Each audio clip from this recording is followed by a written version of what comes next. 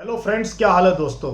आज बहुत interesting podcast लेके आया। जी हाँ, मेरी पिछले 2 साल से तमन्ना थी कि मैं अभिनय शर्मा को अपने शो पे लेके आऊँ। अभिनय शर्मा और मैं पहली बार मिले थे जब हम पटना एक एडटेक प्लेटफॉर्म की एक बहुत मेगा ऑफलाइन सेशन था, उसमें हम मिलने गए थे। तब मैंने देखा कि कैसे देश के लाखों युवा जो है उनको क्यों फॉलो करते हैं। वो मैथ्स के बहुत बेहतरीन टीचर हैं। आज अभिनय मैथ्स के नाम से उनकी ऐप है, उनका यूट्यूब चैनल है। मेरे ख्याल एसएससी में जो इन्होंने मैथ्स पढ़ाया है पिछले 7-8 साल में शायद किसी ने नहीं पढ़ाया। लेकिन साथ के साथ ये एक बहुत अच्छे इंसान हैं और स्टैंड अप कॉमेडी भी करते हैं, एक्टिंग भी करते हैं और मैथ्स को पढ़ाने का बिल्कुल ही अलग अंदाज है। वो कहते हैं गणित ज़िंदगी में बहुत कुछ सिखाता है, गणित रिश्ते बनाना सिखाता है, गणित जो है आपको ज़िंदगी जीने का तरीका सिखाता है। तो गणित बहुत ज़रूरी है। हमारे टाइम पे तो खैर मैं तो मैथमेटिकली चैलेंज हूँ, मुझे गणित से इतना प्यार हो नहीं पाया, लेकिन उनकी बातें सुन के मुझे बहुत अच्छा लगा। उनकी लाइफ की जर्नी बहुत इंटरेस्टिंग है। उन्होंने बुलंदशहर से लेके आज जिस मुकाम पर वो पहुँचे हुए हैं उसमें बहुत स्ट्रगल्स हैं, बहुत ही उन्होंने ज़िंदगी में उतार और चढ़ाव देखे हैं। लेकिन आज क्यों हम उनको लेके आए शो पे? इसलिए लेके आए क्योंकि जब से ये नीट यूजी का हुआ है, ये एक बहुत बड़ा स्कैम हुआ है, उसके बाद नेट पीजी भी कैंसिल हुआ है और दुनिया भर के एग्ज़ाम्स को लेके जो है, और वो अपनी आवाज़ काफ़ी प्रखर है उनकी आवाज़। वो ट्वीट भी करते हैं, हर जगह टेलीविज़न पे भी आते हैं। उनकी आवाज़ जो है युवाओं की आवाज़ आज के दिन है। तो वो he understands the pain of young people and their parents, क्योंकि वो खुद इस सिस्टम से निकले। उन्होंने 2017 में एसएससी का एग्ज़ाम क्रैक किया था। 100 में से 100 इनके मैथ्स के अंदर आए थे। और कैसे हमारा पेपर लीक हो जाता है, प्रीलिम लीक हो जाता है, मेन लीक हो जाता है, साल 2 साल बच्चे कोर्ट कचहरी धक्के खाते रहते हैं, वो दर्द मुझे उनकी आवाज़ में लगा। तो क्या हम रिफाइनमेंट कर सकते हैं हमारे एजुकेशन सिस्टम में? क्या ये 2047 के विकसित भारत की ये शुरुआत है कि आज जिस प्रकार से पेपर लीक हो रहे हैं और पेपर मिल जाते हैं, क्या यही डॉक्टर हमें चाहिए 6-7 साल के बाद? ये सवाल देश के आगे आज है। तो कैसी शिक्षा प्रणाली होनी चाहिए और क्या हमें इम्प्रूवमेंट करने चाहिए? आज हम डिजिटल इंडिया की बात करते हैं। आज इस देश में इतना माइंडसेट है, इतनी कैपेबिलिटी है कि हम दुनिया का सबसे बेहतरीन एग्जाम कंडक्ट कर सकते हैं और कोई मतलब नहीं कि वो एग्जाम लीक हो जाए। तो कहीं ना कहीं हमारे एजुकेशन में और एजुकेशन सिस्टम में एजुकेशन कहाँ खो गई है, सिस्टम कहाँ खो गया, हमें पता नहीं है। तो मैंने इनसे बात की है, बहुत मज़ेदार बात है, आप इंजॉय करेंगे। हमने सारे एग्जाम्स की चर्चा करी है और लास्ट तक जरूर देखना, क्योंकि उन्होंने बहुत गहरी चिंतन की बातें भी करी हैं कि किस प्रकार से ये जो मोबाइल है, किस प्रकार से हमारी आंखों के आगे चर्बी चढ़ाई जा रही है। हम वो कंटेंट कंज्यूम करते जो हमें नहीं करना चाहिए, हमारे किसी मतलब का नहीं है। तो स्क्रॉल और ट्रोल के अंदर हमारी युवा पीढ़ी जो ना कहीं कहीं गुम हो चुकी है बहुत बुरी तरीके से। आज हमारा मीडिया, हमारा पूरा का पूरा तंत्र जो है 30-30 सेकंड की रील देखने के लिए जो है व्याकुल हो रखा है। तो कहाँ है वो हमारी वो लीडरशिप, कहाँ है वो जिन्हें नाज था हिंद पर?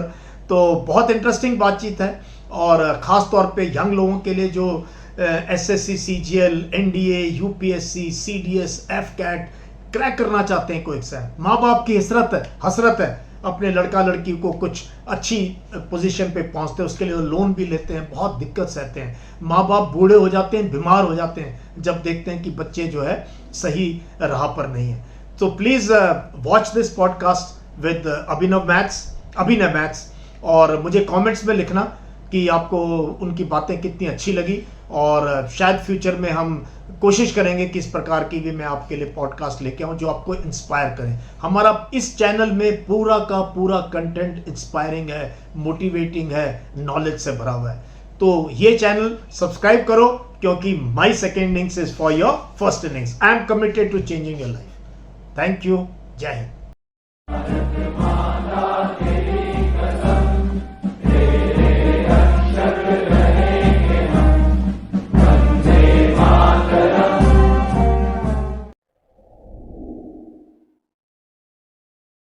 सबसे पहले अभिनय, आज बहुत बढ़िया दिन है। बहुत दिनों से मैं ये सोच रहा था कि आपके साथ एक पॉडकास्ट रिकॉर्ड करूं, क्योंकि आप उन यंग एजुकेटर्स में से हो, यंग मोटिवेटर्स में से हो, जिन्होंने मैथ्स पढ़ाना सिखाया भारत को। जो है ना। और मैं मैथमेटिकली चैलेंज्ड हूँ। मैंने लास्ट टाइम जब मिले थे पटना में, मैंने कहा था यार मुझे मैथ से बहुत दिक्कत थी, और आपने मैथ्स आसान कर दिया है। So firstly welcome on my channel. Thank you general साहब। पहले तो आज आपने डाउट क्लियर करा कि मेजर साहब नहीं बोल रहे हैं, क्योंकि मेजर आप 35 साल पहले थे। जनरल साहब कह के बुलाना है।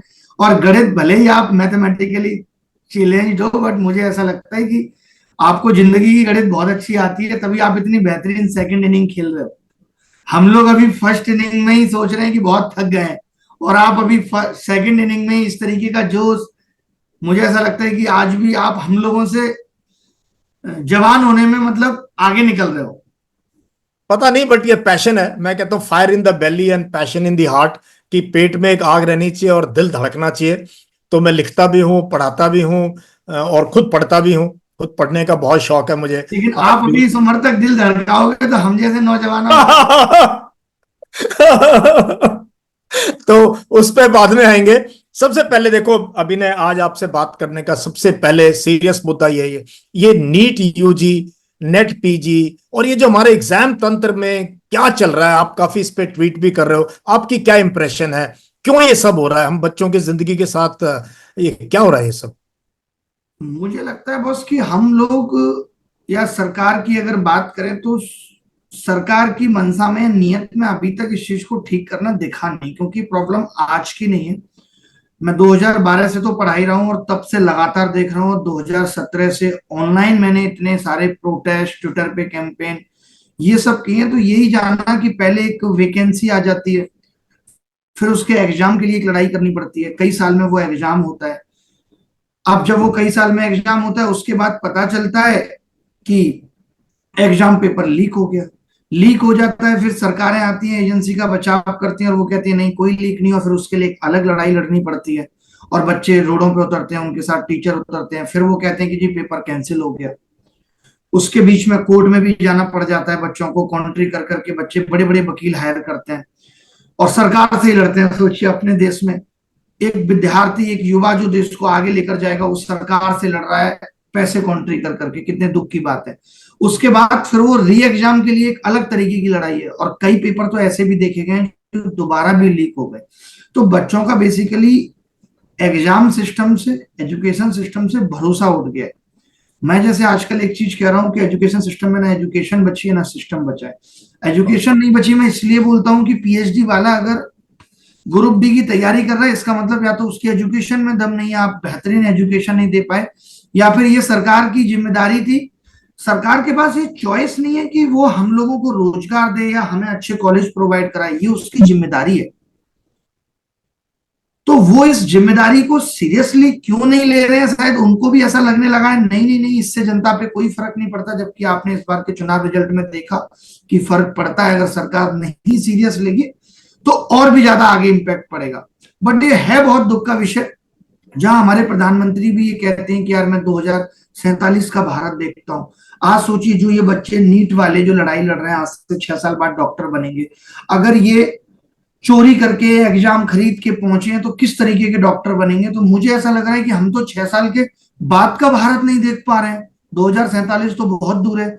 या जो बच्चे आज बेरोजगार हैं, और बेरोजगारी मालूम है जनरल साहब आज महसूस नहीं हो रही है। आज युवाओं का दर महसूस इसलिए नहीं हो रहा क्योंकि सोशल मीडिया पे इतना कंटेंट दे दिया गया है और सब लोग ट्राई कर रहे हैं।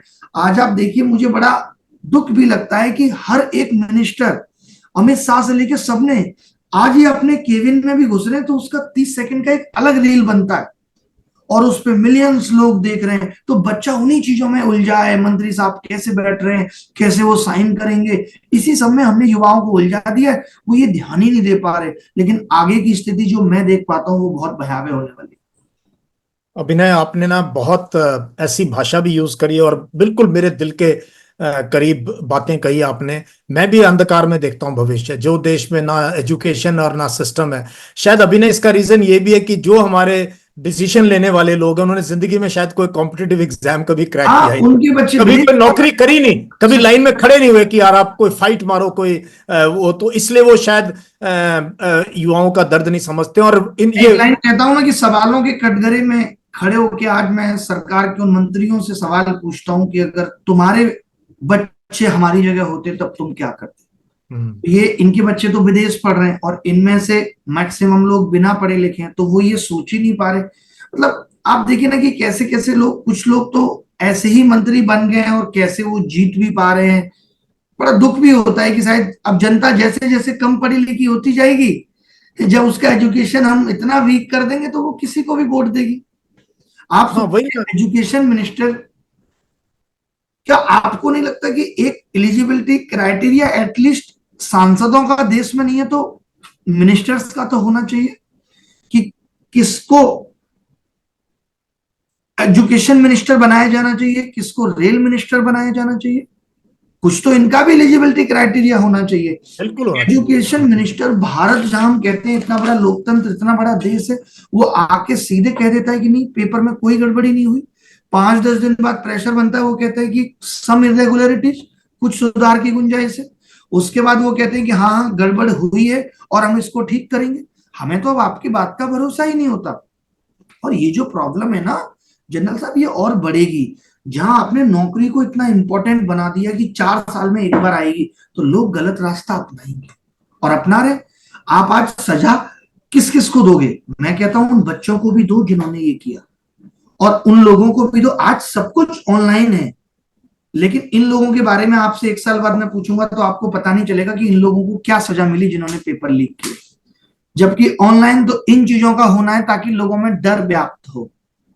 ऑनलाइन में तो हम सिर्फ अच्छी अच्छी चीजें दिखा के लोगों का टाइम पास कर रहे हैं, पता ही नहीं चलता कब युवाओं का दिन बीत जाता है। हम जब लोग तैयारी करते थे, 12 की बात आपको बताता हूँ, तो हमारे पास तो करने को कुछ नहीं था, 51-30 फोन होता था। हमारे दिमाग में कम वक्त पूरे दिन यही बात चलती थी, यार सिलेक्शन नहीं हुआ तो क्या होगा, सिलेक्शन नहीं हुआ तो क्या होगा। बट आज इतना कुछ देखने के लिए, इतना कुछ एंटरटेनमेंट के लिए कि पता ही नहीं चल रहा हम किस दुनिया में खो गए। हम बस मोटिवेशन बटोरने में लगे हुए हैं। और अब मुझे मतलब आपको भी शायद ये बात खराब लगेगी कि नेता और मिनिस्टर्स को इस तरीके से रील बनाना कुर्सी पे बैठते हुए, तो जनता का समय खराब करना ही है। वो लोग हमारे आइडियल हैं, होते ही थे। भारत का प्रधानमंत्री, भारत के हम लोग के आइडियल होते थे ना। हम उनको याद करते थे, रक्षा मंत्री कौन है, गृह मंत्री हाँ, कौन है, उनकी अब फोटो जरूरत नहीं लगाते है थे। याद करने की, क्योंकि वो किसी आज की उनकी, नैतिक और जब जिम्मेदारी मुंह नहीं ले खोलते रहे। हैं, हाँ। रक्षा मंत्री टेररिस्ट अटैक की नैतिक जिम्मेदारी लेने को तैयार नहीं है। रेल मंत्री रेल दुर्घटनाओं की जिम्मेदारी लेने को तैयार नहीं है। क्या सुधार हुआ? हम आज डिजिटल इंडिया की बात करते हैं तो खाली एक पेपर सिस्टम तो या एजुकेशन सिस्टम तो खराब हुआ है, बट बाकी के सिस्टम में भी बहुत सारी चीजें खराब है जिनको सही करने की जरूरत है। बट क्या हो गया है कि ऐसा पर्दा हमारी आंखों के सामने डाल दिया है कि हम देख ही नहीं पा रहे हैं कि क्या खराब चल रहा है। हमें अच्छी अच्छी चीजें दिखाई जा रही हैं, परोसी जा रही हैं, उसी में इतना वक्त बीत जा रहा है कि हम समझ ही नहीं पा रहे हैं कि क्या गलत हो रहा है। नहीं, आपने बहुत बड़ी बात कही। मैं कई दिनों से कह रहा हूं, स्क्रोल एंड ट्रोल। आज का युवा दो चीजों में लगा, या तो स्क्रोलिंग कर रहा है सारा दिन या ट्रोलिंग कर रहा है। उसको बिल्कुल। कुछ नहीं आता, एक पेज नहीं पढ़ा हुआ, लेकिन वो राष्ट्रपिता से लेके पहले प्रधानमंत्री और डिस्टिंग्विश लोगों को 2 मिनट लगाता है गाली देने में। बस बस बस, जिससे कोई लेना देना नहीं है, कोई इससे कोई लेना देना नहीं है। अरे जो लोग आज सत्ता में हैं, हमारा सवाल उनसे बनता है, वो चीजें ठीक करेंगे। अगर पुराने वाले कुछ गलत कर गए तभी तो आपको लाए ना, आपको हाँ। लाने की जरूरत क्या पड़ती? पहले किसने क्या किया? लोग आज आज आप लीग पे बात करो, लोग कहते हैं 2014 से पहले देख लीजिए, 1998 में देख लीजिए। अरे 1947 से पहले और खराब हालात थे, तब कौन जिम्मेदार था? किसे जिम्मेदार ठहराएंगे? आज हम पिछले 10 साल में प्रधानमंत्री जी की भी सारी अच्छी चीजें गिनाते हैं और उनको क्रेडिट देते हैं कि हमने उनके नेतृत्व में इतना कुछ किया, हमने उनके नेतृत्व में इतना कुछ किया। तो जब अगर कोई कमी है तब उनके नेतृत्व में कमी पे चर्चा क्यों ना हो? क्यों ना। तो बताइए। याद है, पहले में तो आज हमारे पास हर शिक्षा सांसद मंत्री यही रही कह के काफी जीता है दिन। कि हम प्रधानमंत्री जी के नेतृत्व में देश को आगे लेके जाएंगे। अब अगर उस नेतृत्व में कोई कमी हमें दिख रही है तो हम सवाल उठाएंगे, और उठाना बनता है। अगर हम सब लोगों की जैसे हम और आप भी हो जाएंगे जो सवाल नहीं उठाएंगे, तब तो फिर कुछ भी होगा देश में। तब तो ये और भी कुछ अपनी मर्जी से करेंगे। अगर आज हम जैसे आप जैसे लोगों ने सवाल ना उठाया होता तो 400 भी पार हो जाती, और फिर आप इनका बर्ताव देखते क्या होता। आज जो मीडिया नीट पे और बेरोजगारी या इन चीजों पे सवाल उठा रही है, नहीं उठा रही होती इतने। हमने तो देखा है ना कितने एग्जाम लीक हुए, मीडिया को हम लोग, अगर वो लोग एक ट्वीट कर देते थे तो सेलिब्रेट करते थे। आज तो मीडिया रोज आज का सवाल हर दिन चर्चा कर रही है, तो बड़ा अच्छा लगता है। नहीं, ये इस अच्छी बात है, जागरूकता बढ़ रही है। मैं तो अभिनय आपका सब्जेक्ट नहीं है लेकिन जब ये अग्निपथ व्यवस्था आई 2 साल पहले, मुझे बहुत लोगों ने फोन किया कि आप तो जनरल रैंक से रिटायर हुए, आप क्यों बोल रहे हैं इसके खिलाफ। तो मैंने बहुत बहुत वीडियो बनाई, बहुत आर्टिकल लिखे और बहुत कोशिश करी समझाने की यार ये व्यवस्था गलत है। इसमें भी देखो लाखों लोग रह गए। उसके बाद आप कोई एग्जाम लिखो, आप तो बड़े प्लेटफॉर्म पे रह चुके हो, हर एग्जाम में बच्चों का कोई भरोसा नहीं है, भर्ती होने में नहीं है।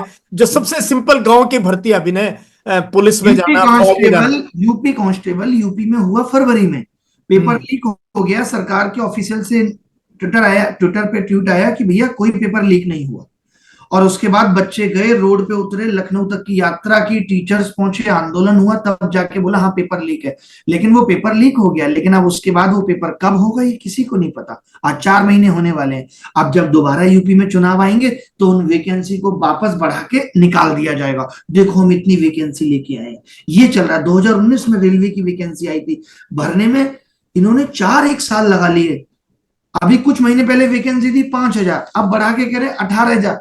मतलब हर चीज में अनफेयरनेस है, हर चीज में। अग्निपथ का विरोध मैंने शुरू से किया है, आप जो कह रहे हैं। अभी आप देखो रक्षा मंत्री का कितना खराब बयान आया, अग्निवीर आईएएस भी बन सकता है उन्होंने। हाँ। मुझे अफसोस हुआ। हाँ। अग्निवीर तो रक्षा मंत्री भी बन सकता है, कुछ भी बन सकता है। ये किस तरीके का बयान है? आपने उसको प्रिविलेज दिया क्या कुछ, कि भाई आईएएस में हम इतने अग्निवीर लेंगे ही लेंगे? और जब वो बंदा अग्निवीर बनने लायक है, आप ये सोच पा रहे हो, तो उसको तो फिर वहीं रखते जहां वो है, तो वो देश की कितनी रक्षा करता। अगर आप उसके अंदर आईएएस बनने की एबिलिटी देख पा रहे हो और उसको आप 4 साल बाद सिस्टम से बाहर कर रहे हो, कितनी गलत बात है। ये तो आपकी बात में कॉन्ट्राडिक्शन है। बिल्कुल। तो ये पूरा का पूरा जो है ना, और अभी ने मार कहाँ पड़ रही है, और जो बच्चे आपको आपको फॉलो करते हैं, मैं एनडीए यूपीएससी बच्चों को गांव देहात के बहुत हमने बच्चे अफसर बना दिए हैं, पिछले 2 साल में लगे हुए हैं शिद्दत से। अफेक्ट किसको पड़ रहा है अभी ने, जो हमारा सबसे नीचे वाला तबका है, उसके लिए सहानुभूति नहीं है, एम्पैथी नहीं है। वो लोग ही, अग्निपथ भी उसके खिलाफ है, नीट यूजी में भी वही मार खा रहा है, हर चीज में यही मार खा रहा है, पुलिस की भर्ती में भी यही मार खा रहा है। तो वो जो तबका है उसके लिए क्या है हमारे लिए दिल में, क्यों नहीं है? वो ऊपर कैसे आएंगे अगर उनके बच्चों के साथ इस प्रकार से नाइंसाफी होगी तो? वही वही वही एक तरफ बाबा साहब अम्बेडकर ने ये रिजर्वेशन सिस्टम बनाया था, ये इसीलिए बनाया था कि भाई इक्वलिटी की बात थी। ठीक है। और आज अब जो आप गांव के बच्चों की बात कर रहे हो या शहर के बच्चों की बात कर रहे हो कि ये तो कह देते हैं आत्मनिर्भर बनो, कितना सुनने में भी अच्छा लगता है। कोई बच्चा शहर में, माँ बाप पे करोड़ों रुपए है, वो उसको कोई भी स्टार्टअप करा देते हैं, बहुत अच्छी बात है, आत्मनिर्भर बनो, हम भी सपोर्ट करते हैं।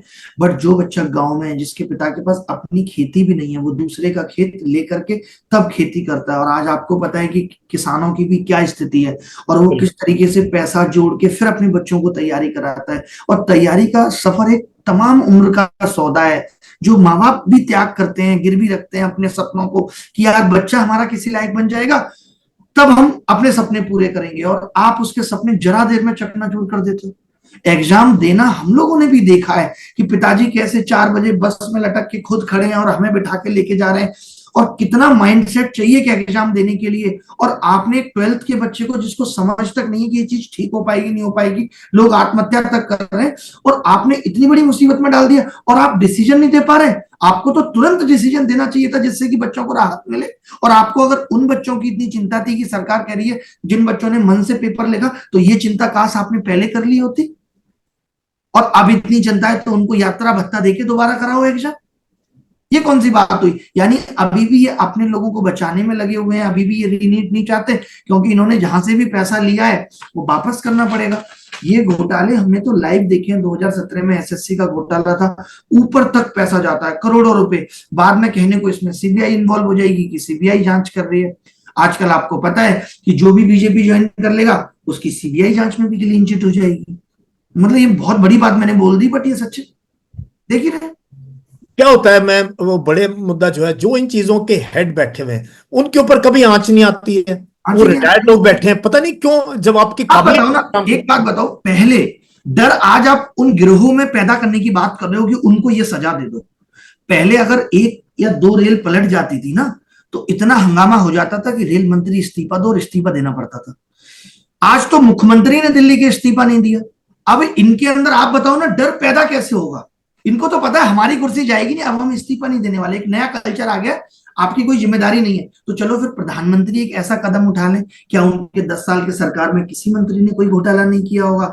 उनको नहीं पता चला होगा कि कोई मंत्री गलत कर रहा है? वही उसको जो है टर्मिनेट कर देते। कम से कम इस्तीफे का प्रावधान नहीं है तो टर्मिनेशन ले आओ। वो तो हमने पॉस्को केस भी देखा विनय, वो लड़कियों के साथ, पहलवान लड़कियों के साथ था। वो तो पूरी इंटरनेशनल हमारी बेइज्जती हुई कि आप बताओ, ब्रजभूषण सिंह की आप बात कर रहे हैं, बिल्कुल देख लो, पार्लियामेंट में रहे। किसी और देश में आप सोच सकते हो ये यूरोप या अमेरिका में हो और एक लॉ मेकर के ऊपर इल्जाम लग जाए। टिकट मिली और वो जीत भी गए। लेकिन आपने देखा होगा, मुझे बड़ी अच्छा लगा इस बात का कि जो जिन्होंने वो किसानों पे गाड़ी चलाई थी किसान आंदोलन में, उनके पिताजी हार गए। उनको सबक सिखाया जनता ने, और सिखाना भी चाहिए। तो पर ये पता है, हम ये हार जीत की बात, हमने प्रधानमंत्री से ना सच में बहुत उम्मीदें पाली थी, बहुत उम्मीदें कि शायद ये सब चीजें ठीक होंगी, ऐसा होगा वैसा होगा, और वो करते भी। उन्होंने परीक्षा पे चर्चा की, दुख है कि कभी उन्होंने बेरोजगारी पे चर्चा नहीं की। अभी आप बताइए, प्रधानमंत्री हर छोटे मुद्दे पे बोलते हैं। 11 खिलाड़ी भारत के क्रिकेट हार गए, प्रधानमंत्री उनके केबिन में जाके उनको सांत्वना दे रहे थे। यहाँ देश का 24 लाख बच्चा नीट, जो कि हमारे देश का भविष्य है, क्या प्रधानमंत्री के लिए उनकी उनके लिए संवेदना, सिंपैथी, सहानुभूति नहीं बनती थी? ट्वीट कर देते वो हर एक छोटी चीज पे करते हैं। अगर कोई बहुत पुराना नेता ना, जिसको मैं और आप भी नहीं जानते, उसका देहांत हो जाता है ना, प्रधानमंत्री उसके लिए भी भेजते हैं। तो सिर्फ वोट की खातिर ही जो भी करेंगे करेंगे, इन बच्चों का कुछ नहीं। उनको नहीं पता चला होगा, वो एक ट्वीट कर देते कि मैंने बोला है, धर्मेंद्र प्रधान को भी मैंने ये इंस्ट्रक्शन दी है कि मुझे 5 दिन के अंदर, 10 दिन के अंदर ये हाँ, एक भरोसा हो जाए, ये हमारे देश के भरोसा नेता हो जाए कि हाँ। देश का प्रधानमंत्री जब भी कुछ बड़ी बात होती है तो तुरंत इन आकर उस प्रॉब्लम को दूर करते हैं। और भारत जहां इतनी टेक्नोलॉजी हाई फाई, आज हम कहते हैं भारत डिजिटल इंडिया, भारत को 10 दिन से ज्यादा नहीं लगेंगे इस पूरी चीज को खत्म करने में, दोबारा एग्जाम प्लान करने में, उन लोगों को पकड़ने में। कुछ भी नहीं होगा, जिसको ये चाहते हैं तुरंत पकड़ लेते हैं। आप बताओ, यूपी में गुंडाराज खत्म कर दिया, उससे बड़े गुंडे तो ये नहीं है एग्जाम वाले। आपने उनका घर खत्म कर दिया, आपने बुलडोजर चला दी और ये सब कर दिया। और जब आज पेपर लीक पे कानून की बात आई तो आप कह रहे हैं इंडिविजुअल से 10 लाख जुर्माना देंगे। 10 लाख से क्या डर पैदा करेंगे आप? तो अभिनय ये बताओ, ये हम वही आप आए ना, हम डिजिटल इंडिया है। ये दुनिया में इतने बड़े बड़े एग्जाम होते हैं, मैं पढ़ रहा था कुछ दिन पहले, सबसे बड़ा एग्जाम एक चाइना में होता है, आज तक पेपर लीक नहीं हुआ है। ये जी मैट, सेम चीजें मैं पढ़ रहा हूँ आजकल है? ये सेम चीजें मैं भी पढ़ रहा हूँ, क्योंकि मीडिया वाले हमसे भी पूछते हैं हाँ कैसे रुके ये लीक। वैसे तो दुख की बात है कि लोग हमसे पूछते हैं, हमें हाँ सत्ता में ले चलो, जनरल साहब को ले चलो, हमें ले चलो, हाँ। है हमारी आपकी देख रेख में कराओ एनडीए एग्जाम, सीडीएस एग्जाम। मैंने कहा मेरे को अगर बताते ना, मैं 5 घंटे की इन्वेस्टिगेशन में बता दूं ये 10 आदमी है, इनमें से किसी ने पेपर लीक किया, इनको जरा ले जाओ, इनकी जरा क्वेश्चनिंग कर लो, 2 दिन के अंदर आपको पूरी ट्रेल मिल जाएगी। भाई पेपर लीक तो आइडेंटिफाई करना चाहिए ना, किसने किसने किया है। और हम आते हैं, चलो हम पॉजिटिव बात करेंगे।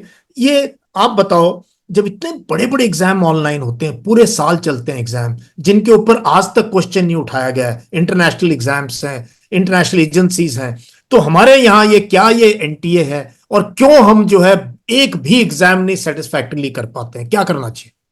मुझे ऐसा लगता है कि हमें भी उन एजेंसियों से मदद लेनी चाहिए और शिक्षा का बजट हमें बढ़ाना पड़ेगा। ये सच में ही दुख की बात है कि आज हमारे देश में इतने इंजीनियर प्रोड्यूस हो रहे हैं और वो फ्री घूम रहे हैं, कोई उनको काम देने वाला नहीं है। या तो हम उतने इंजीनियर नहीं बनाए, जैसे आज कह दिया जाता है ना कि अरे स्टार्टअप करो, आप चाय बेचो, पकोड़े बेचो, ये बोला जाता है ना, ये सच बात है। आप एक बात बताओ मुझे, आज जिसने भी चाय की दुकान खोली, उसकी चाय पीने वाला कौन है? वो विद्यार्थी, वही तो चाय पी रहे हैं। क्या सब चाय का ठेला खोल लें, सब यही काम करेंगे तो चाय बिकना बंद हो जाएगी? जिसको पढ़ाई आती है, जो पढ़ के देश को आगे ले जा सकता है, जो नासा जैसे संस्थान में जाके काम कर सकता है, जो भारत के इसरो को बहुत आगे ले जा सकता है, नासा से भी ऊपर, हम कह रहे हैं आत्मनिर्भर बनो, वो बिना सरकार के सपोर्ट के ले जाएगा? नहीं लेके जा पाएगा। पहले क्यों होते थे ये स्कॉलरशिप प्रोग्राम? तब तो नहीं कहा जाता था आत्मनिर्भर बनो, अपने दम पे सब कर लो। जब देखा जाता था कोई बच्चा इंटेलिजेंट है, उसको सरकार स्कॉलरशिप दे रही है, अरे भाई इसकी इंटेलिजेंसी का इस्तेमाल होना चाहिए। तो आज हम युवाओं की इंटेलिजेंसी का इस्तेमाल ही करने के बारे में नहीं सोचते। हम कहते हैं आत्मनिर्भर बनो, तुम पकौड़ा बेचो, तुम चाय बेचो, फिर कर देते हैं सारी यूनिवर्सिटीज बंद कर देते हैं, सारे स्कूल बंद कर देते हैं। हमारी यूनिवर्सिटीज की क्या हालत है?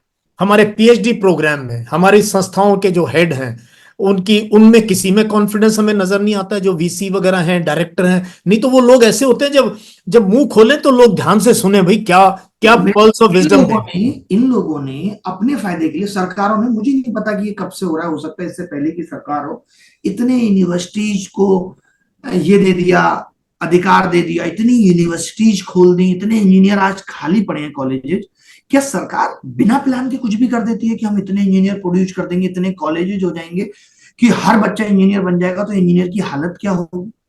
ये ऐसा लगता है कि सब कुछ बिना प्लान का। हमारा प्लान तो एक होना चाहिए ना, जैसे प्रधानमंत्री साहब 2047 के भारत की बात करते हैं, तो हमें पता होना चाहिए कि यार आगे आने वाले 4 साल में हमारे देश से इतना इंजीनियर प्रोड्यूस हो रहा है। आपको पता है 0.1% इंजीनियर ही 1 करोड़ में केवल 30, 40, 50 हजार इंजीनियर ही जॉब पा रहा है। ये हालत है। और फिर वो एसएससी की तैयारी में आ रहा है, फिर वो अदर एग्जाम्स की तैयारी में आ रहा है, करे क्या? फिर वो बीए वाले को पछाड़ दे रहा है, फिर बीए वाला क्या करे? या तो फिर बीए कराना बंद कर दो लोगों का, बीबीए वाला क्या करे? तो बहुत बुरे हालात हैं। आपको मैं बताता हूँ ना कि मेरे पास तो इतने बच्चों के कॉल मैसेजेस आते हैं और मैं डायरेक्टली भी इन्वॉल्व रहता हूँ। बच्चे बताते हैं कि ये एग्जाम नहीं हुआ, उम्र निकल गई, अब रेलवे में सिलेक्शन हो गया है, तो रेलवे हमसे लीवर वाला काम करा रही है। 50 डिग्री टेम्परेचर पर रेलवे में इतनी कमी है लोगों की कि वो जो ठीक पोस्ट पे भी लोग हैं उनसे भी 50 डिग्री टेम्परेचर में पथरी से पत्थर उठवाना और ये सब करवा रही है। ये हालत है रेलवे की बच्चों की। मतलब सुटेबल एम्प्लॉयमेंट नहीं है नहीं जो सोचा। वही मैं कह रहा हूं कि हम अपने देश के युवाओं के लिए सही स्पेस नहीं क्रिएट कर पा रहे जो वो डिजर्व करते हैं। आप देखो टीचर्स की कितनी बुरी मार है। टीचिंग का हर एग्जाम बिहार में हुआ, लीक हो गया। टीचर्स तमाम आंदोलन करते रहे, भैया हमारी बहाली करो, हमारा रिजल्ट निकालो। नहीं, सरकार का ध्यान है, नहीं नहीं आउटसोर्स करके कर लेंगे। कितना अच्छा टीचिंग देगा आउटसोर्स वाला, जिसको आप 10-15 हजार रुपए दे रहे। आज से सोचो, सैलरी की अगर मैं बात करूं प्राइवेट की नौकरी की, तो 2012-13 में भी आपकी 8-10 हजार और 15 हजार से शुरुआत होती थी मेजर साहब, जनरल साहब, और आज भी वही 10-15 हजार से हो रही है। ये दुख की बात नहीं है? बहुत दुख की बात है। और प्राइवेट में हम महंगाई लोग देखो कितनी बढ़ गई है। कि महंगाई आपने इतनी बढ़ा दी, और सरकार इसका भी कोई पैमाना निर्धारित करे कि प्राइवेट सरकार कैसे कर सके। सरकार तो खुद कॉन्ट्रैक्ट बेस पे लोगों को ले लेके 10 हजार, 15 हजार, 18 हजार में काम करा रही है, उसमें भी 5 हजार ठेकेदार रख लेता है कमीशन के रूप में। तो दिखता नहीं है कहीं भी। अब मैं सोच रहा हूँ कि कुछ लड़ाइयां कोर्ट के थ्रू की जाएं और हम सरकार से सवाल पूछें कोर्ट के थ्रू कि ये हो रहा है। मैं डेटा भी इकट्ठा कर रहा हूँ, क्योंकि मैंने पिछले 6 महीने में काफी लीगल समझ ली। इनफैक्ट बस लॉ करने की देरी रह गई है। बहुत किताबें भी लीगल की पढ़ी, सब कुछ पहले पढ़ा। एक ऐसे था यार डर, पता नहीं हाई कोर्ट क्या होता होगा, ऐसे सुप्रीम कोर्ट। अब मेरे अंदर से ये सारे डर जा चुके हैं। अब मैं चाहता हूं कि हम सरकार के खिलाफ विद्यार्थियों की तरफ से एक कानूनी लड़ाई लड़ें। नहीं, मैं देख रहा हूं आपका वो दिल का दर्द। जैसे मैं अग्निपथ अग्निवीर पे बोलता हूँ कि मैं महसूस कर सकता हूं। मैं वो दर्द जो है ये अपने सीने कॉन्ट्रैक्ट पे है, ये महसूस भी करता हूं। कॉन्ट्रैक्ट बेस है अपनी भी। यार एक बात बताओ आप जनरल साहब, हम लोगों के अंदर इतनी तो जो है क्या बोलेंगे उसको, इमोशंस होते थे कि अगर हमारे घर में किसी ने काम किया है 10-15 साल, तो अब वो बूढ़ा हो गया नहीं कर पा रहा, तो हम लोग कहते थे आप गार्ड की नौकरी कर लो, आप बैठे रहो। ये नहीं कहते थे अब तुम भाग जाओ। सोचिए सरकार कैसा बर्ताव कर रही है, तुम 4 साल मेरे काम किए, अब भाग जाओ। और फिर वही जो सांसद है उसको ताउम्र पेंशन मिलेगी। और नहीं, 80 साल के दोबारा दोबारा रीएम्प्लॉयड हो गए हैं 5 साल हाँ के लिए। और मतलब कितने लोग हैं 75, 79, 80 ईयर्स के आसपास के जो है गवर्नर की पोजीशन पे बैठे हुए हैं, या ऐसी मतलब हैरानी की बात है। बिल्कुल बिल्कुल, वही तो मैं कह रहा हूं। आप तो पेंशन भी लो, आउट होने के बाद भी आपके लिए कोई एलिजिबिलिटी क्राइटेरिया भी नहीं है। हम्म। तो ये सवाल यंग पीढ़ी, मैं कई बार कहता हूं जब मैं एनवायरनमेंट की और एजुकेशन की बात करता हूं, अभी ना मैं कहता हूं देखो यार, मेरे मेरे साथ वाले लोग तो 15-20 साल में थैंक यू होके चले जाएंगे, लेकिन तुम्हारे लिए कैसा भारत छोड़ के जाएंगे आपने देखना है। इसलिए ये रील देखना बंद करो और कुछ पढ़ाई लिखाई करो या क्वेश्चन हम करना वही शुरू चीजें करो। देख रहे हैं। और सोचे मैं, मतलब मुझे दुख इस बात का लगता है जनरल साहब की, जो लोग आज ये ज्ञान देते हैं, चाहे वो प्रधानमंत्री जी हो, कि बेटा आप अपना समय मत खराब करो, टाइम वेस्ट जो भी करता है उसकी जिंदगी वेस्ट हो जाती है, वही लोग आपके सामने वो परोस रहे हैं जिससे आपका टाइम वेस्ट हो रहा है। ये सिर्फ प्रधानमंत्री के लिए नहीं है, बहुत शिक्षकों के लिए भी है, बहुत लोगों के लिए भी, कि वही लोग बहुत आपके सामने परोस वो रहे हैं। मेरा आज भी ये फोकस रहता है कि मैं एक वीडियो अगर अपने चैनल पे बनाता हूं, तो उसको जो भी देख के जाए, कम लोग देखें। देखिए अच्छी चीजों के पास चल के कोई नहीं आता, वो बड़ी कोशिश के बाद बेचनी पड़ती है। जैसे कि दूध बेचने के लिए दूधिया को घर घर घूमना पड़ता है और शराब ठिये पे मिल जाती है। हाँ। तो वो ये तो मेरी कोशिश ये रहती है कि मैं कुछ वैल्यू ऐड करूं उनकी लाइफ में। ऐसा ना हो कि मैं कुछ भी डाल रहा हूं और देखने के बाद बच्चों को लग रहा है यार ये टाइम वेस्ट हो गया। क्योंकि जो आज फ्रस्ट्रेशन है लोगों का, जो डोपामिन खा रहा है वो मोबाइल खा रहा है, फ्रस्ट्रेशन मोबाइल पैदा कर रहा है। जब आप समय खराब कर देते हैं, अच्छा काम नहीं करते, तब आपका कॉन्फिडेंस लो होता है। और जब कॉन्फिडेंस लो होता है, आप खुश नहीं रह पाते, आप सोच ही नहीं पाएंगे अच्छा। और वही स्थिति है। आप देखिए ना, आज बहुत सारे देशों की मैं पढ़ता हूँ कि वहां पे बहुत सारे लोग डिप्रेस हैं, क्योंकि वहां टेक्नोलॉजी बहुत पहले आ गई थी और लोगों ने पहले मिस यूज करना शुरू कर दिया था। तो आगे हमारे आने वाले देश में भी ये चीजें होने वाली है कि हर 4-5 लोगों में पता चल रहा है एक डिप्रेस्ड है, एक किसी को एंजाइटी है। और हमारे देश में तो इस चीज को इतना खराब भी समझा जाता है कि हम डॉक्टर के पास भी नहीं जाएंगे और हमारे अंग खराब होने लगेंगे। तो प्रधानमंत्री जी को सब सुनते हैं, उनको भी इन सब चीजों पे चर्चा करनी चाहिए। शिक्षा मंत्री हो, स्वास्थ्य मंत्री हो, इन सब चीजों पे फोकस कराना चाहिए। इसमें काफी रोल अभी नहीं ने, जब आपने इस दौर बड़ी का इतिहास लिखा जाएगा, हमारा मीडिया जो है उसने जो हमारा सत्यानाश किया है ना। वही अ, टीआरपी का गेम हो गया। पता है, सरकार अगर ये टीआरपी का गेम खत्म कर दे तो सारी चीजें अभी भी बदल सकती हैं। कि टीआरपी के पैरामीटर्स ये होंगे ही नहीं कि आपको कितने लोग देख रहे हैं। आज आप बताओ, आप अगर पढ़ाने लोगो तो आपको कितने लोग देखेंगे, फॉर एग्जाम्पल सो। आप अगर खाली बकवास करने लोगो तो आपको 1000 देख रहे हैं। लेकिन हम्म, एक चीज बताओ, जब घर में आप, मेरे भी बच्चे हैं, आपके भी बच्चे हैं, मैं बच्चे को पढ़ाऊंगा तो वो कितने घंटे पढ़ेगा? आधा घंटे, 1 घंटे। मैं उसे खेलने की छूट दे दूं, वो 4 घंटे। तो ये नियंत्रण कौन करता है? माँ बाप करते हैं ना, कि 4 घंटे नहीं खेलने देना है। उसको समझाते हैं, हर एक बात बताते हैं, कंट्रोल करते हैं, पिट्टी भी करते हैं कि भाई नहीं, आपको पढ़ना ज्यादा है तो पढ़ने में मन नहीं लगता। आज ये नियंत्रण क्यों नहीं देखने को मिल रहा? वो सरकार भी हमारी अभिभावक है, या जो लोग हमें ज्ञान दे रहे हैं वो भी हमारे अभिभावक हैं। आप तो इसका मतलब जानबूझ के कर रहे हैं। मीडिया को पता है कि ये फर्जी खबर चलाएंगे तो इससे ज्यादा लोग आएंगे, चलो यही चलाते। बट इससे उसको ये पता है कि तुम्हारा भविष्य बन रहा है, लेकिन तुम सिंगल अपना भविष्य बनाने के लिए कितने और लोगों के भविष्य को अंधकार में ले जा रहे हो। बहुत दुख लगता है। पहले अखबार में कोई खबर आ जाती थी, हम लोग कहते थे अरे कैसे नहीं मानना, तू यार अखबार में आई थी। अच्छा अच्छा, अखबार हाँ। में आई थी तब ठीक है। आज क्या है? आज प्रधानमंत्री जी ने, मैंने देख रहा था, शपथ ले ली, वो प्रधानमंत्री बन गए, सब कुछ सही चल रहा है। और मीडिया वालों के थंबनेल पता क्या थे? आज तक जैसे चैनल के, गिर जाएगी एनडीए सरकार, नहीं बन पाएंगे प्रधानमंत्री, नीतीश हाँ। पलटे, और छोटा सा प्रश्नवाचक लगा देंगे। क्या हाँ। गंदगी मचा रहे हो यार, सिर्फ व्यूज की खातिर। सर। और फिर ये कहती है अरे अंजना ओम कश्यप को बहुत लोग देखते हैं। बहुत लोग तो उर्फी जावेद को भी देख रहे हैं, बट उससे समाज बदल नहीं रहा है, बिगड़ रहा है। बिगड़ रहा, बिल्कुल। तो मीडिया की तो हालत, इंडियन मीडिया की, शुक्र है ये अखबार वो है। तो ये यूट्यूबर नहीं आए होते, यूट्यूब नहीं आया हाँ। होता, शायद पता नहीं और ये लोग कहाँ चले गए। हम सब लोग जो है इतना इतना बेहतरीन। गिर गए होते कि फिर इनको उस गड्ढे से निकाल के लाना मुश्किल था। हाँ।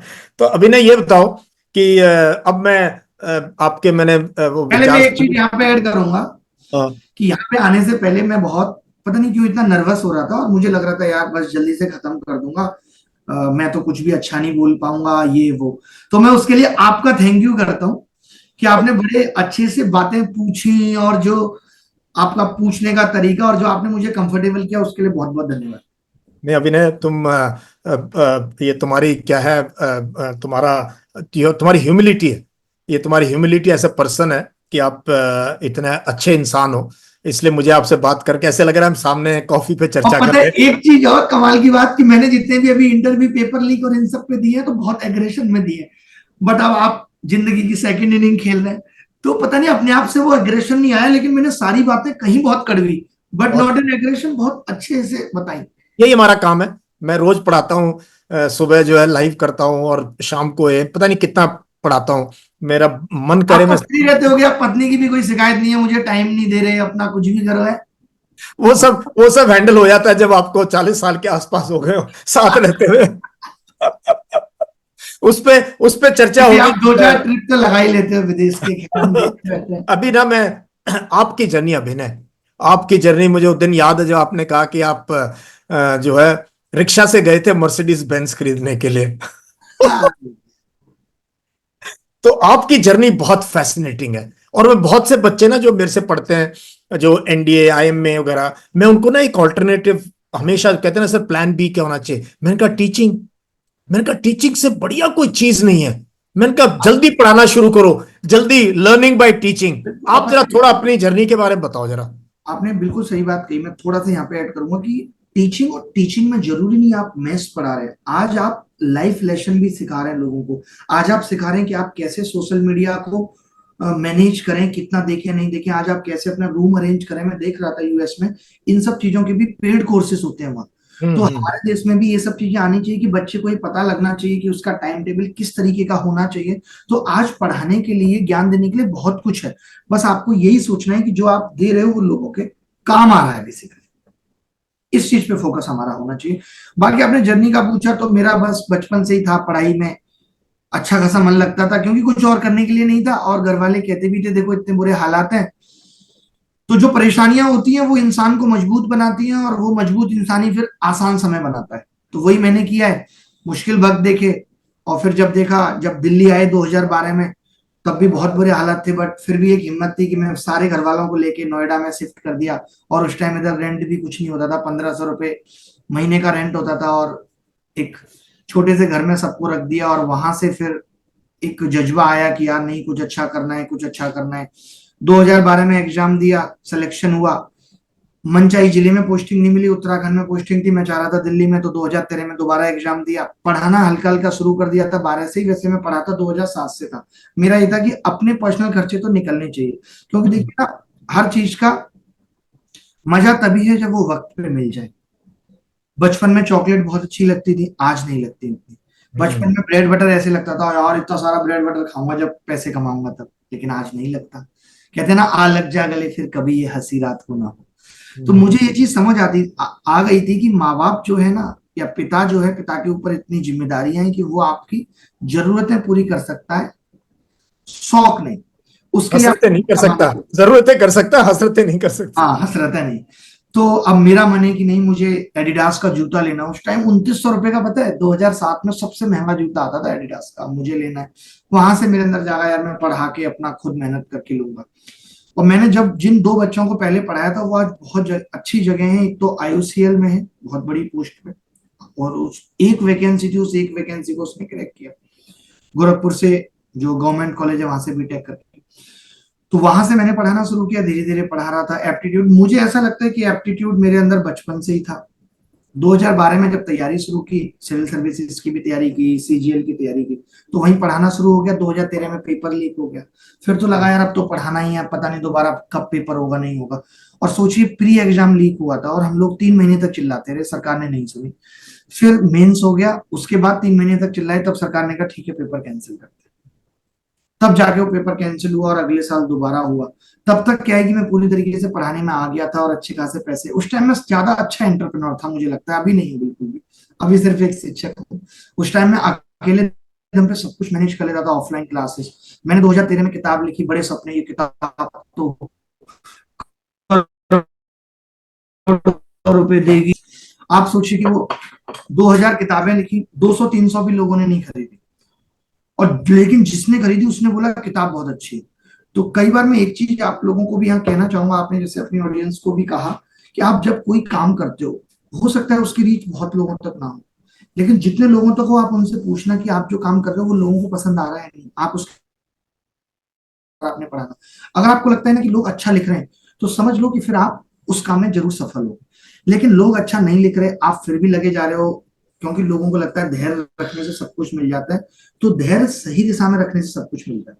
मुझे आगरा पहुंचना है, मैं चंडीगढ़ वाले रास्ते पे हूँ, धैर्य रखूंगा आगरा आ जाएगा, कभी नहीं आएगा। ये भी देखना जरूरी है बीच बीच में इवेल्युएशन की, जो आप कर रहे हो वो सही है कि नहीं है।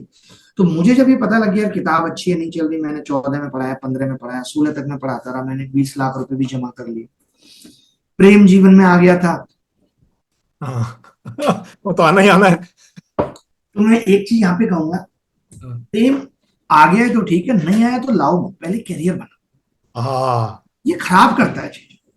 मैं एक बहुत अच्छे ट्रैक पे था, और वहां से जब प्रेम जीवन में आया, आ पहले गया, लेकिन जब जैसे जैसे चढ़ना शुरू हुआ उसका रंग, तो चीजें खराब होने लगी। मैं उस चीज को प्रायोरिटी देने लगा, और वो देनी पड़ती भी है। फिर मैं करियर पे फोकस नहीं कर पाया। मेरे पिताजी को ये बात बड़ी खराब लगती थी। उन्होंने क्या किया, कुछ पैसे खुद जमा किए, कुछ पैसे मेरे पास जो थे, उनको लगा कि अब ये 20 लाख भी जो जमा किए खत्म हो जाएंगे। उन्होंने वो भी लिया और एक घर ले लिया। लोन लेके, तमाम दोस्तों से उधार लेके, इतना पैसा कि घर का सिर्फ 40 लाख रुपए दिया और बाकी सब कुछ लोन वोन लेके, ये वो किस्त विस्त लगा ली 70,000, और दोस्तों से भी लोन ले लिया, कोई बात नहीं। अब मेरे पास क्या था, जब तक वो 20 लाख थे थोड़ा कॉन्फिडेंस था, अब वो कॉन्फिडेंस भी गिर गया जब 20 लाख गए तो कोचिंग में भी उतने ही पैसे आने लगे, क्योंकि मैं वक्त ही नहीं दे पा रहा था। तो पिताजी को लगा, कह रहे तुम नौकरी ज्वाइन कर लो, इससे बेहतर तो नौकरी है। उनका इंटेंशन ये था कि यार ये यहाँ से जाएगा तो फिर प्रेम में भी दूरी और दरार दोनों आ सकती है। तो मुझे मुंबई भेज दिया। मेरा भी था कि एक्टर बनने का ख्वाब था, तो चलो मुंबई में कुछ दिन ये ट्राई कर लेंगे। वहां गए, वहां की दुनिया अलग थी, वहां जीना मुश्किल है, सरकारी सैलरी में तो क्या ही होगा। इतनी मुश्किल से, वो मेरे लाइफ के सबसे कठिन वक्त था 2017 का, जनवरी फरवरी मार्च अप्रैल मई माह, जब मैंने जॉब की। सैलरी नहीं ली क्योंकि प्रेम के चक्कर में एक दो छुट्टी एक्स्ट्रा हो गई, तो उसमें फिर वो सो कॉज नोटिस जारी हो जाता है, तो वो मैं नहीं जवाब दे पाया, तो सैलरी भी नहीं आई। और फिर इधर माताजी को टेंशन में, घर की किस्त नहीं जा रही थी, पैरालिसिस हो गया फेसियल, पिताजी को डायबिटीज हो गई। मैं आया घर, मुझे आज भी याद है, शायद उस टाइम क्या था, भगवान की कृपा की एक अलग लेवल का कॉन्फिडेंस था। आज शायद उतना तो नहीं है, क्योंकि आज खोने का डर बहुत है। उस टाइम खोने के लिए कुछ नहीं था। मैंने, माता अरे तुम टेंशन लेती हो, भाई आग लगा देगा, अरे ये कर। और मैं दोबारा मुखर्जी नगर आ गया, पैसे नहीं थे, घर की किस्तें भी टूट रही थी, बहुत टेंशन, इसीलिए पिताजी और माताजी बीमार हुए। तो मैं बच्चों को भी कहना चाहता हूँ कि जब हम लोग सही समय पे घर नहीं संभालते ना, तो हमारे माँ बाप बीमार होने लगते हैं। आज बच्चों के ऊपर बहुत सारे दबाव है, माँ बाप की दवाई का खर्चा, जो उनके सपने अधूरे रह गए, हर बच्चा पूरा करना चाहता है, बहन की शादी की जिम्मेदारी है, लेकिन सरकार नहीं समझ पाती हमारे इस दर्द को। आज कोई पूछ लेता है बेरोजगारों से क्या कर रहे हो, तो इससे बड़ा दर्द कुछ नहीं है कि आपके पास जवाब देने के लिए नहीं। तो मैं दोबारा आ गया मुखर्जी नगर मई में। मैंने एक कोचिंग में ज्वाइन की, वहां उसने मुझे पैसे नहीं दिए, कभी पर डे के 1,000 रुपए दे दिए, पूरे दिन पढ़ाता था। लेकिन कुल मिला के थोड़ा थोड़ा करके मैंने क्या किया, एक मुखर्जी नगर में फ्लैट लेके और उसी में पढ़ाना चालू किया। मैं और मेरे भाई स्टूल लगाते थे, हमने एक 700 रुपए का बोर्ड लिया, उसी में हमने सोना था रात को, और सुबह जगते स्टूल लगाने थे, उसमें पढ़ाना चालू किया 20-30 बच्चों। दुर्गा जी जो आज भी हमारे साथ बैठे, हमारे 17 साल पुराने मित्र हैं, ये भी उस टाइम साथ थे।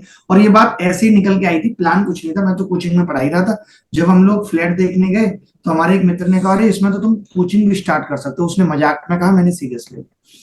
वहां पे एक बच्चा आया, तो वो बोला कि सर आप बहुत अलग पढ़ाते हो, ऐसा कोई नहीं पढ़ाता। उसने हमें एक दो टीचर्स की वीडियो दिखाई, फिर 5-5 हजार व्यू, हम तो 5 हजार व्यू, बिग डील। उसने कहा, मैंने कहा नहीं यार, हम तो ऑलरेडी हारे हुए हैं, कहीं वीडियो डालेंगे रिश्तेदार अलग से कमेंट करेंगे। उसने कहा हम एक वीडियो रिकॉर्ड कर लेते हैं। कैमरा फिर हमें कभी नहीं था, क्योंकि हम पहले भी एंकरिंग करते थे, कॉमेडी करते थे, स्टैंड अप। तो उसने रिकॉर्ड किया, हमने एक अच्छा वीडियो बनाया, उसमें अपनी किताबों का भी जिक्र कर दिया हमने। और उस टाइम हमारी हालत ये थी कि हम एक वक्त की रोटी खाने के लिए भी सोचते थे कि क्या करें, क्योंकि सब कुछ लौटा चुके थे।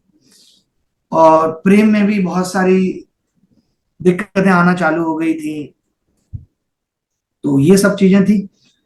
तो वो वीडियो क्या किया उस लड़के ने, 700 सब्सक्राइबर का एक चैनल था। मैं उस लड़के के विजन को भी बड़ा मानता हूँ, पता है, क्योंकि जनरल साहब वो 2012 में भी मेरे पास कैमरा लेके आया था। पता नहीं उसको क्या दिखा, क्या वीडियो बनाओ, मैंने कैसे कैसे उसको भगाया था मैं ही जानता हूँ। 3 घंटे पार्क में, अरे नहीं नहीं फिर कभी बनाएंगे। मतलब वो लड़का विजनरी वाकई में। विजनरी थे, हाँ, विजनरी। कि जिसने 2012 में देखा, और जब पता चला मैं वापस मुखर्जी नगर आ गया, फिर वो कैमरा लेके आ गया। उसने वीडियो डाला, 6 दिन के अंदर 1 मिलियन लोगों ने उस वीडियो को देखा। कौन से साल की बात है ये? 2017 सितंबर। ओ अच्छा, फिर आपकी लाइफ टर्न हुई। उस लड़के ने मेरी सब कुछ बना रखी थी। 2013 में वेबसाइट वगैरह भी किताब बेचने की उसी ने बनाई थी। वहां से किताब बिकने लगी, किताब अभी है ही नहीं, लेकिन किताब बिक रही है, 5-10 लाख रुपए रोज अकाउंट में गिर रहे हैं। आप समझ सकते हैं खुशी। इस वक्त आप स्ट्रगल कर रहे हैं 2 वक्त की रोटी के लिए, वो पैसा गिर रहा है अकाउंट में, सपना सा लगता था, अकेले में भी हंसी आती थी। वो सुपर 20, सुपर 30, सुपर 60 कब हो गया, 3 सुपर 60 चलने लगे वहां। और वहां का सोफा भी ऐसा था जिसपे हम लोग बैठते थे कि कोई बैठे ना आके, इतना गंदा उस पर बेड शीट डाल रखी थी। फिर हमने कहा आप कोचिंग खोल लेते हैं, कोचिंग खोली हमने, 140 बच्चों का हॉल लिया। जब वो स्टार्ट किया पहला बैच दिसंबर में, तो 500 बच्चे आए। हमने उनको 3 पार्ट में डिवाइड कर दिया। दिसंबर आ गया था, जनवरी, थोड़े से पैसे आए, जो पैसे आते थे पिताजी ले जाते थे, क्योंकि कर्ज वाले ने हालत खराब कर रखी थी। सही वक्त पे मैं कहता हूं ना कि मैंने सब कुछ संभाल लिया। आज मेरे माँ बाप दोनों ही एकदम हेल्थी हैं, कोई बीमारी नहीं है। आप ही की तरह वो दौड़ते हैं, भागते हैं, बहुत यंग है मेरे फादर। मुझसे भी ज्यादा। बॉडी भी एकदम फिट रहते हैं, बिस्तर पे लेटते ही नींद आ जाती है, खुश रहते हैं, कोई चिंता नहीं। सब कुछ मैंने मतलब सही वक्त पे संभाला। हुआ ये कि फिर उसके बाद जब हमने स्टार्ट किया, हमने कहा यार अब एक कार होनी चाहिए, तो हमने इको स्पोर्ट कार बुक की मार्च के आसपास। कार वाले ने बोला 1 महीने में आएगी, ऑरेंज कलर की, अब तो बंद हो गई वो कार। मई में जब अप्रैल में जब हमने वापस बैच स्टार्ट किया ना जनरल साहब, तो 3,000 बच्चे आए, पता है। माय पुलिस गॉड, को, पुलिस 140 का हॉल आपने लिया और और 3,000 बच्चे 3,000 आए। बच्चे आने लगे। My God. और पुलिस को वो क्राउड मेंटेन करना पड़ा, पुलिस को बुलाना पड़ा, तब जाके वो। और हमने बोला आप सब एडमिशन ले लो, हम आपके लिए नया हॉल ले रहे हैं। फिर मैंने वो नया हॉल लिया और एक गांव में लिया। मैंने बच्चों की फीस कम करने पे फोकस किया। कोई बच्चा फ्री पढ़ना चाहता है, मुझे लगता है शायद मैंने 50% से भी ज्यादा बच्चों को फ्री पढ़ाया हुआ। कोई बच्चा मेरे पास आ गया कि सर मैं इतनी फीस दूंगा, तो मैंने ये क्वेश्चन उसको कभी नहीं किया। एक शिक्षक होने के नाते उस रिश्ते को ऐसा रखा कि कभी मैंने ये नहीं कहा नहीं आप इतनी दो। जबकि मैं देखता हूँ बहुत सारे शिक्षक कहते हैं अरे मैनेजमेंट देख लेगा। नहीं, मैंने कभी क्वेश्चन नहीं किया। मैंने कहा भगवान बहुत दे रहा है, उतना काफी।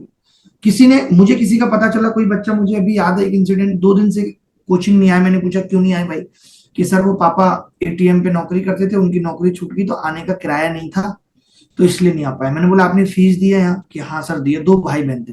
मैंने बोला आज आपकी फीस रिफंड हो जाएगी, आपको आगे कोई हेल्प की जरूरत हो तो शायद मैं आज जो भी आऊँ वो लोगों की दुआओं की बदौलत हूँ। दुआएं बहुत जरूरी है। प्रॉब्लम से भी मैं निकल गया। तो फिर वो बात आई, तो जब 3,000 बच्चे आए उस टाइम, इतना बुरा हमारा मतलब स्कोप था, क्या कहें, कि इतना जलवा था कि भाई साहब रात के 2 बजे तक बच्चों ने एडमिशन लिया। उस नया हॉल हमें लेना था, नए हॉल की तैयारी शुरू कर दी। उस टाइम हमारा एक दिन का रेवेन्यू भी 35-40 हुआ करता था। 35-40 लाख रुपीज एक दिन का हुआ करता पर डे। था पर और कमाल है भाई। और मतलब आप वो देखिए ना कि फेज कैसे है, कि आप, मैं ये भी सिखाना चाहता हूँ कि 2012, 13, 14, 15 आप लगातार जब घास छील, तो भगवान भी कहता है ये नहीं मानेगा, इसको तो कुछ देना पड़ेगा, है कि नहीं। मैंने फिर मई में मर्सिडीज बुक की, और मैं 16 जून 2018 को, 17-18 को, हाँ, मर्सिडीज बेंज लेके आया। जीएलएस मेरी पहली कार थी, जिसको लेने में ऑटो से गया, सही बात है। और उस टाइम आप मेरी फोटो देखेंगे, मैं आपको भेज दूंगा, आप इसमें लगाएंगे मैं कैसा दिखता था। और पता है मेरा सपना उस टाइम पता क्या था, कि मुझे इस बार बर्थडे पे, मेरा बर्थडे नवंबर में था, लिवाइस की जीन्स लेनी। By God. To buy Levi's jeans was my dream. मैं कोविड तक, उसके बाद फिर लाइफ बदलती चली गई। फिर मैं और एडटेक प्लेटफॉर्म के साथ भी जुड़ा, और उनकी फंडिंग का भी मैंने भरपूर फायदा उठाया। आई नो, हम वही मिले थे, उसके थ्रू ही मिले थे हम पटना में। हाँ, तो वही है कि फिर तो सारी चीजें सब अच्छी होती चली गई। और मैं 2020 तक, मुझे लगता था लिवाइस से बड़ा दुनिया में कोई ब्रांड नहीं है, और हल्दीराम से बड़ा कोई रेस्टोरेंट नहीं। जब कोविड आया तो फिर मैंने बहुत एक्सप्लोर किया, इतने सारे मैं कंट्री गया, और मैंने शॉपिंग की। मैंने शायद ही कोई वर्ल्ड का ब्रांड ऐसा है जो छोड़ा हो। सब कुछ मैंने पहना, सब मुझे लगता है कि जो मन करे कर लेना चाहिए, फिर बाद में पता नहीं मन किया नहीं किया। ये है, मैंने सब कुछ, जो मेरे सपने थे कि फार्म हाउस बनाना है, सब कुछ ऑर्गेनिक सब्जियां, आज घर का दूध, घर की सब्जी, घर का भुट्टा, सब कुछ है, ये सब चीजें की। और बस लाइफ चल रही है, आप सबका प्यार है, आप इतना प्यार करते हैं, ये मैं अपने आप को सौभाग्यशाली समझता हूँ। तो ये जबरदस्त जर्नी रही आपकी अभिनय। अब आपने एडटेक प्लेटफॉर्म भी छोड़ दिया है, अभी आप अपना कर रहे हो, और मैं नेट पे देखता हूँ कि काफी आप फंडिंग भी आपको मिली है। और अब क्या कर रहे हो? अब ये बताओ मेरे दर्शकों को कि अभी अभिनय अब क्या कर रहा है, और क्या सपना, आगे क्या करना है इसने? नहीं नहीं, अब सपने बस यही है कि बच्चों की लड़ाई में मैं हमेशा आगे रहूं, हेल्प करूं उनको, लीगली भी जिस तरीके से भी हो सकती है उनकी आवाज उठाऊं, और बच्चों को पढ़ाता रहूं। अभी मैं सिर्फ, मैं हूं खुद, और मेरे साथ 4-5 टीचर हैं जो अभिनय मैथ्स ऐप और अभिनय मैथ्स यूट्यूब चैनल पे पढ़ाते हैं। अभी ये है कि आगे आने वाले वक्त में यूट्यूब को और स्ट्रक्चर्ड करूं, कि बच्चा यूट्यूब पे आए तो उसको ये जरूरत ना लगे कि नहीं मुझे कोई कोर्स खरीदना ही है। हमारे पास दोनों चीजें हैं। जिन बच्चों के पास पैसे नहीं है वो यूट्यूब पे पढ़े। कोई बच्चा ऐसा होता है, आप भी जानते हैं, बहुत सारे बच्चे नहीं, उनको पेड कोर्स से ही पढ़ना है, तो हमारे पास अभिनय मैथ्स ऐप है। कई बच्चे ऐसे हैं जिनके पास पैसा भी नहीं है, लेकिन वो फिर भी चाहते हैं कि वो पेड कोर्स में पढ़े। उसके लिए मैंने 4-5 लोग जमा किए हुए हैं, कि वो उनसे बात करते हैं, किसी के माँ बाप नहीं है, कोई अपाहिज है, कोई और दिक्कत है, कि उनके पढ़ाई के सपने में भी कोई बाधा ना आए, हम उसको भी पूरा कर पाए। और आगे मेरी कोशिश है कि आपके साथ मिलके भी कुछ एनडीए के बच्चों के लिए भी गणित ऐसा एग्जैक्टली, पढ़ाया मैं जाए। यही चाहता हूँ कि आप उनका और आसान बनाया जाए उसको। पर्सनैलिटी मैं ठीक करूं, इंग्लिश कैसे बोलना है, उठना बैठना कैसे, करंट अफेयर्स। वो तो हमें खुद आपसे सीखना है। और बाकी गणित की, जैसे अभी मैं कैट के बच्चों को पढ़ाने की सोच रहा हूँ यूट्यूब पे, ओलंपियाड के बच्चों के लिए पढ़ाने की सोच रहा हूँ, क्योंकि मैंने ये पाया कि गणित एक ऐसा सब्जेक्ट है जो सिर्फ आपके एग्जाम क्लियर नहीं करता, आपकी जिंदगी भी बदल देता है। गणित बहुत कुछ सिखाता है, गणित आपकी कैलकुलेशन मजबूत करता है, और लाइफ भी कैलकुलेशन पे ही चलती है। गणित रिश्तों को मैनेज करना सिखाता है, गणित सब कुछ सिखाता है। तो गणित सीखना बहुत जरूरी है। तो बस इस एजुकेशन सिस्टम को सुधारना है। और सजेशन जितनी भी, कभी सरकार ऐसा करे कि कोई सजेशन कमेटी बनाती है तो हम सबसे आगे खड़े रहेंगे। हमारे भी बहुत इस चीज को देखा है। और हम ऐसा नहीं है कभी कि सरकार को हमारा ये उद्देश्य रहता है कि हम क्रिटिसाइज करें। बस हमारी एक ही लड़ाई रहती है, एक ही शिकायत रहती है कि हम ये जो विद्यार्थियों के साथ है, जो बच्चों के साथ गलत हो रहा है, इस पे हमारी चर्चा रहे। हमारी चर्चा कभी ये नहीं होती, नहीं नहीं अडानी को क्या हो रहा है, हमें हाँ, सही बात है। अडानी से मैं भी देखो, अग्निपथ पे, अग्निवीर पे बात करता हूँ, करंट अफेयर्स पे बात करता हूँ, मोटिवेशन पे बात करता हूँ, और बच्चों को सही राह दिखाने पे बात। हमें हमें सरकार से किस लिए लड़ाई लड़नी है? हाँ, हम तो चाहते हैं कि अच्छी सरकार रहे। बस अभी भी हम तो यही चाहते थे कि भाई ठीक है, मोदी जी देश के अच्छे प्रधानमंत्री हैं तो रहें, बट ऐसा ना रहे कि फिर वो किसी की ना सुने। तो वैसा हुआ भी कि अब वो सबको साथ लेके चलेंगे और सबकी सुनेंगे, ये उनसे उम्मीद है इन 5 सालों में। और उनको सोचना चाहिए कि उनके अंदर आज इतने एम्बिशन है तीसरी बार प्रधानमंत्री बनना, और वो आगे भी सोचते हैं। अभी भी उन्होंने ये नहीं कहा कि मैं 2029 में रिटायर हो जाऊंगा। तो उस उम्र में अगर आप इतने एम्बिशियस हैं तो उनको विद्यार्थियों के बारे में भी सोचना चाहिए। उन्होंने तो हर दौर जिया है, वो खुद कहते हैं कि मैं चाय बेच के यहाँ तक पहुंचा हूँ। तो शायद क्यों नहीं समझ पाते हैं, क्यों नहीं सोच पाते हैं, वहां तक बातें नहीं पहुंच पाती है, मैं नहीं मानूंगा, क्योंकि वो सोशल मीडिया पे भी बहुत एक्टिव रहते हैं। और मैं देखता हूँ कि वो मीडिया से भी जब मिलते हैं तो जो उनकी बातें होती हैं, अंजना ओम कश्यप या श्वेता सिंह, किसी से भी जो हंसी मजाक की बातें होती हैं, उससे ये आइडिया लग जाता है कि उनका ह्यूमर भी बहुत अच्छा है और वो एक्टिव रहते हैं सोशल मीडिया। अभी ना मैं आपसे लास्ट में पूछना चाहता हूँ कि जो नौजवान आपको फॉलो करते हैं, गांव देहात में हैं, एक सपने हैं यार, 10th 11th के बाद कुछ करें, एसएससी सीजीएल है, एनडीए है, यूपीएससी है, सीडीएस है, एफ कैट है, कहीं ना कहीं ये रहता है। उन बच्चों की जो क्या रूटीन होना चाहिए, कैसे उनको अपनी दिनचर्या बितानी चाहिए, कैसे वो एक एक सही डायरेक्शन में जाएं, क्योंकि इंटरनेट ने दिमाग खराब कर दिया है। ये तो सर, आप आपने क्या बड़ा क्या कमाल एडवाइस दोगे ऐसे आपने बच्चों को? बिल्कुल आपने एकदम कमाल का सवाल पूछा है। आज के दौर में शायद ही कोई बच्चा हो जिसके पास पर्याप्त विटामिन डी है। और ये अभी नहीं समझ आ रहा 18-19 साल में, ये आएगा 24-25-26 के बाद समझ आएगा कि पैरों में दर्द हो रहा है। क्यों? क्योंकि हम तो धूप देख ही नहीं रहे। आज डिप्रेस या एंजाइटी रहने की वजह क्या है? धूप ना देखना, कब सूरज निकला कब सूरज छिपा हमें पता ही नहीं है। हम रात के 3-3 बजे तक जग रहे हैं, 3-3 बजे तक खा रहे हैं। हमें अपनी बायोलॉजिकल क्लॉक, ये सच बात है और साइंस भी ऐसा मानती है कि सोने के लिए जो वक्त बनाया है, वो जो बनाया है उसी वक्त में सोना है। हम शायद अपने आप को ये सब चीजें करके बहुत मॉडर्न समझने लगे हैं कि रात के 2 बजे जग के मैं मैगी खा रहा हूँ, I M A hmm. Modern. ये किस दिशा में हम जा रहे हैं? इसी से तो थायराइड जनरेट हो रहा है। थायरानोम थायराइड जो बीमारी है वो क्या है? वो यही है, जब आप इरेगुलर, आपका सोना उठना बैठना खाना पीना हो जाता है तो आपको थायराइड हो जाता है। अगर आप चाहते हैं आपके आने वाले भविष्य में आपको बीमारियां ना हो, तो अभी से आपको अपनी लाइफ रूटीन एकदम सेट करनी पड़ेगी। हम लोग कई बार देखते हैं कि बहुत थके हों और 9 बजे गलती से सो जाएं, और 12 बजे आंख खुले तो कितना फ्रेश फील होता है। ऐसा हम्म। माना जाता है कि 9 से 12 की नींद 6 घंटे के बराबर होती है, और 12 से 3 की नींद 3 घंटे के बराबर होती है, और 3 से 6 की 1.5 घंटे के बराबर। और 6 की नींद का कोई महत्व नहीं है, और हम तो सोई 3 बजे के बाद रहे, और वो भी मोबाइल देखकर। अगर आप सोना चाहते हैं, आपको एक कुछ टारगेट्स बनाने होंगे कि अगर मुझे 10 बजे सोना है तो मैं 8 बजे के बाद मोबाइल यूज नहीं करूंगा। क्योंकि प्रॉपर नींद आने के लिए ये दिमाग फंक्शन करता है, एक्टिव रहता है। आप 2 मिनट पहले तो अभी मोबाइल देख रहे थे, मलाइका कैसे नाच रही है, और फिर जावेद कहाँ घूम रही, अब आप सो गए। आपके ख्यालों में यही सब चीजें रहेंगी। सोने से अगर आप 1-1.5 घंटे पहले मोबाइल नहीं छोड़ते हो तो आपको बेहतर नींद नहीं आ सकती। आज मोबाइल की स्थिति ये है कि वॉशरूम में मोबाइल जा रहा है, वही मोबाइल उन्हीं हाथों से खाना खाते वक्त इस्तेमाल हो रहा है, एक हाथ से खाना खा रहे हैं, एक हाथ से मोबाइल चल रहा है। कितना कुछ देखना है। लोगों को लगता है कि हम बहुत कुछ देखेंगे तो बहुत सारा ज्ञान आ जाए। आपको पता है, ज्यादा ज्ञान भी बेचैनी पैदा करता है। हम क्यों भाग रहे हैं ज्यादा ज्ञान के पीछे? क्या हमारे पास जितना ज्ञान है वो पर्याप्त नहीं? मुझे मालूम है मैं 8-9 घंटे की पढ़ाई करूंगा, अच्छे से ब्रेक ले लेके दिमाग को, मेरा सिलेक्शन तभी होगा। फिर मुझे किस तरीके का मोटिवेशन चाहिए? मैं अपने माँ बाप के हालात देख रहा हूँ कि किस तरीके से वो कर्ज लेके मुझे पढ़ा रहे हैं, और मैं इससे बड़ा मेरे लिए और क्या मोटिवेशन हो सकता है? हम नहीं समझ पाते क्या उस एक पिता के दर्द को? हमें और कैसा मोटिवेशन चाहिए? तो मैं युवाओं से भी ये कहना चाहूंगा कि मोबाइल का इस्तेमाल कम करिए। अभी आपकी उम्र नहीं है दूसरों के सपने पूरे कर रहे हैं, आप इंस्टाग्राम पे, यूट्यूब पे अपने सपने कब पूरे करेंगे? अपने लिए कब कुछ करेंगे? आप जो देख के किसी की रील खुश हो रहे हैं, पैसा उसका बन रहा है, आपका नहीं। हाँ, एग्जैक्टली एग्जैक्टली उसका बन रहा है। और मैं ना अभिनय रोज मैं सोचता हूँ कि अगर मुझे लोग फॉलो करते हैं, मैं एक रोल मॉडल की तरह फॉलो करें कि यार सुबह क्या कर रहा है, शाम को क्या कर, जहां मुझे देखें वो कहें हाँ यार इनकी तरह बनना है। मैं रोज 10 से 20 किलोमीटर हर रोज साइकिल चलाता हूँ और बहुत हाई स्पीड पे चलाता हूँ। आज भी 25 किलोमीटर 1 घंटे में करके आया हूँ। अच्छा। अब ये इसीलिए कि जो बच्चे मुझे देखें कहीं हाँ यार वो जनरल बन सकता है, गांव से निकल और के मैं आप भी बन सोचिए, सकता अभी भी आप कितने यंग हैं, आप कितनी दुनिया हम लोगों से ज्यादा देख रहे हैं। हम लोगों को अभी से इसकी चिंता करने की जरूरत है। हूं। तो गेटिंग आउट, मैं हमेशा कहता हूं gate fresh air and sunshine. ये दो चीज ले लो, ना डिप्रेशन होगा ना एंजाइटी होगी। अभी नहीं होगी। आप जग के देखिए सुबह और थोड़ा वॉक करके ही आइए, आप 4 किलोमीटर, दो बिल्कुल किलोमीटर आप बिल्कुल। इतना फ्रेश फील करेंगे पूरे दिन। हाँ, मैं कहता हूं 30 मिनट चुरा लो दिन से अपने लिए।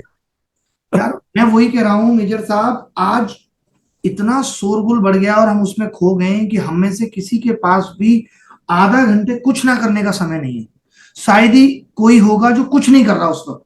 नहीं तो मोबाइल हर वक्त हाथ में, कुछ नहीं कर रहे हैं तो आगे आने वाले वक्त में शांति बिकेगी। जैसे अभी हवा बिक रही है, पानी बिक रहा है, किसी ने नहीं सोचा था शांति बिकेगी कि भैया आधा घंटा आओ, जैसे विपासना है ना, आप मोबाइल छोड़ के आओ, आधा घंटे हमारे यहाँ पे बैठो। नए इतने नए नए बिल्कुल धर्म गुरु आएंगे टेक्नोलॉजी को लेके, वाह। बिल्कुल कोई इनर इंजीनियरिंग पढ़ाएगा, कोई आर्ट ऑफ लिविंग पढ़ाएगा आपको। और हम कह रहे हैं ये तो हम वैसे फ्री में ही दे रहे हैं ज्ञान आपको। बिल्कुल। अभी से हमें अपनी लाइफ को सच में सोचने की जरूरत है। और शिक्षकों को एटलीस्ट, अगर शिक्षक ये दिखाएंगे जैसे आप बता रहे हैं, शायद मैं भी अभी ये कोशिश करूंगा कि बच्चों को लाइफ रूटीन भी बता पाऊं कि भाई इस तरीके से करता हूं। लोग पूछते हैं आप इतने एनर्जेटिक कैसे रहते हैं, रात के 9:30 बजे भी क्लास लेते हैं, तो उसकी वजह यही है। नहीं, मैं भी आपने कभी सीखा है, मौका हम भी मिलेगा। आपकी तरह करते थे, अब आप हाँ। भी वही गलती करके खुद सीखेंगे तो कोई मतलब नहीं है। ये एक जीवन पर्याप्त नहीं है सभी अनुभवों के लिए, औरों के हम्म जीवन से भी सीखना पड़ेगा। बहुत हम्म। छोटी जिंदगी है। तो एक एक चीज मैं लास्ट में फिनिश करूंगा डिस्कशन, आपने बहुत टाइम दिया। मैं आधा घंटा सोच रहा था बट घंटा होने वाला है। अभी ने ये मैथ्स का टीचर है, एंटरप्रेन्योर है, रोमांटिक है, शेर व शायरी गाने, ये कहां से एक्टर भी है, स्टैंड अप भी है, कॉमेडी भी है, ये कहां से, ये हरफन मौला पर्सनैलिटी कहां से है? एंटरप्रेन्योर तो मैं अपने आप को एजुकेशन में नहीं मानता। एंटरप्रेन्योर हो सकता हूँ बाकी और बिजनेस में, क्योंकि मैंने हमेशा एजुकेशन को इमोशन से ही जोड़ के देखा है। मैं कहता हूँ अच्छा करो, पैसा बाई प्रोडक्ट आ जाएगा इसमें। तो बट क्वालिटी है एंटरप्रेन्योर वाली। और बाकी बस आप सबका प्यार है, दिमाग चलता है।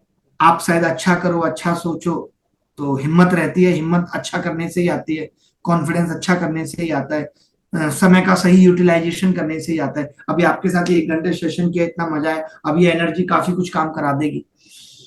नहीं, वो आप बहुत बढ़िया, वहां मैं पटना में भी देख रहा था सब बच्चे आपके चारों तरफ, और आप मैथ्स पढ़ाते पढ़ाते मुझे मुझे विश्वास नहीं हुआ ये बंदा मैथ्स पढ़ाता है, क्योंकि आप तो उनको गाने सुना रहे थे, शेरो शायरी सुना रहे मैं वो कनेक्ट कर देता हूँ। मैंने बहुत शायरियां भी लिखी है, तो मैं कनेक्ट करके उनको बताता हूँ, समझाता हूँ कि भाई, जैसे मैं कहता हूँ मैंने गणित से ही सब सीखा है कि भाई ऐसी कोई चीज नहीं है, ऐसा कोई सवाल नहीं जिसका उत्तर नहीं आता, ऐसी कोई चीज संसार में नहीं है जो आपको मिल नहीं सकती। खुदा मिल जाता है, कौन कहता है कि उसका पता ही नहीं।